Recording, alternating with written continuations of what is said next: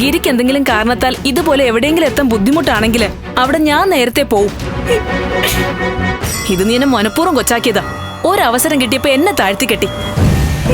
നീ മുമ്പ് കാണിച്ചിട്ടുള്ളതൊക്കെ മറന്ന് ഞാൻ സന്തോഷത്തോടെ ഇടപെട്ട് തുടങ്ങുമായിരുന്നു. പക്ഷേ നീ പഴയ വിരോധമൊക്കെ ഈ രീതിയിൽ തീർക്കുമായിരുന്നല്ലേ?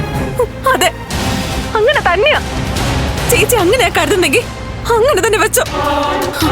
എന്നെ മനസ്സിലാക്കാൻ ചേച്ചിക്ക് കഴിയുന്നില്ലല്ലോ. അപ്പൊ പിന്നെ ചേച്ചി അങ്ങനെ തന്നെ വെച്ചോ. നീ എന്താ പറഞ്ഞ?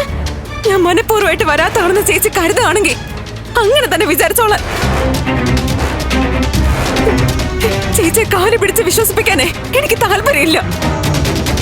ഉറങ്ങുന്നവരെ ഉണർത്താം, ഉറക്കം നടിക്കുന്നവരെ ഉണർത്താൻ പറ്റില്ലെന്ന് പറയുമല്ലോ. അതുപോലെയാ ചേച്ചിയുടെ അവസ്ഥ.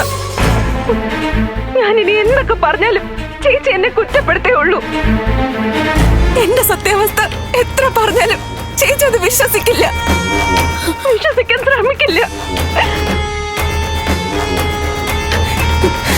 ചേച്ചിയെ വിശ്വസിപ്പിക്കാൻ എനിക്കൊട്ട് താല്പര്യവും ഇല്ല.